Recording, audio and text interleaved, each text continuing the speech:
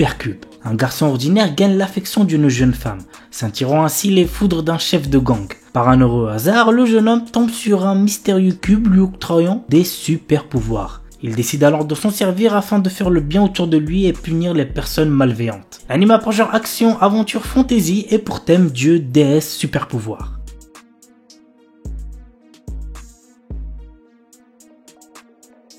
Arumaju ga Shinu Maid. Alors qu'elle vient juste de fêter ses 17 ans, Meg Raspberry apprend qu'elle est victime d'une malédiction et qu'il ne lui reste plus qu'un an à vivre. Désespérée, elle consulte Faust, une sorcière chevronnée qui est aussi sa mentor. Cette dernière lui révèle alors qu'elle peut lever la malédiction en collectant des larmes de joie, afin d'obtenir ce qu'on appelle une graine de vie. La jeune apprentie sorcière débute ainsi une aventure pleine d'espoir et de rencontres. L'anime a pour genre drame fantasy et pour thème malédiction, mort, sorcellerie.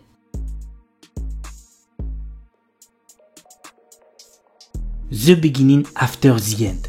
Une œuvre que je pense vous avez déjà dû en entendre parler puisque le light novel a eu un énorme succès. Bref, voici le résumé.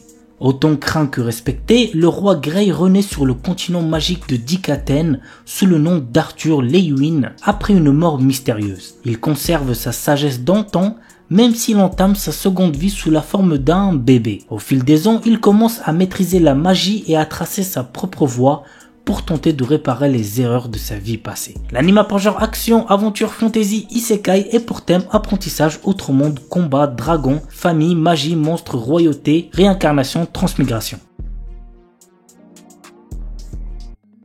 Lazarus, 2052. Alors que la planète Terre connaît une ère de paix et de prospérité sans précédent, le professeur Skinner, neuroscientifique détenteur d'un prix Nobel, met au point l'Apuna. Ce médicament miracle est une véritable révolution puisqu'il peut tout soigner sans effet secondaire. Mais alors qu'il est mis sur le marché, son concepteur disparaît sans laisser de traces. 3 ans plus tard, le professeur Skinner réapparaît et indique que son médicament a un effet secondaire de taille. Tous ceux qui l'ont utilisé mourront au bout de 3 ans. Le compte à rebours est lancé pour Lazarus, un groupe de 5 personnes chargées de retrouver le scientifique et de trouver un remède à l'Apuna. L'anime a pour genre mystère et pour thème futur mort.